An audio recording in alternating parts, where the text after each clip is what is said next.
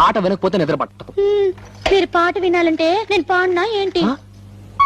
ఏమిటి, నువ్వు పాటలు పాడతావా? ఏంటండి మరీ అంత తేలిక తీసేశారు?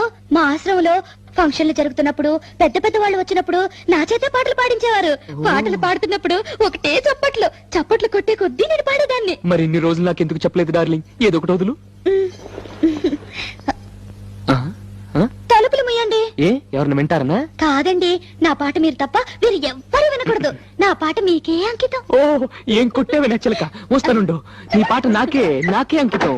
ఓకే, ఏది పాడు.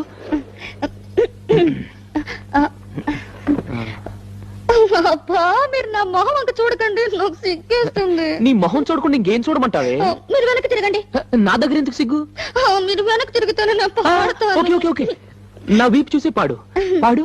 ఆహా. దేవుడా దేవుడా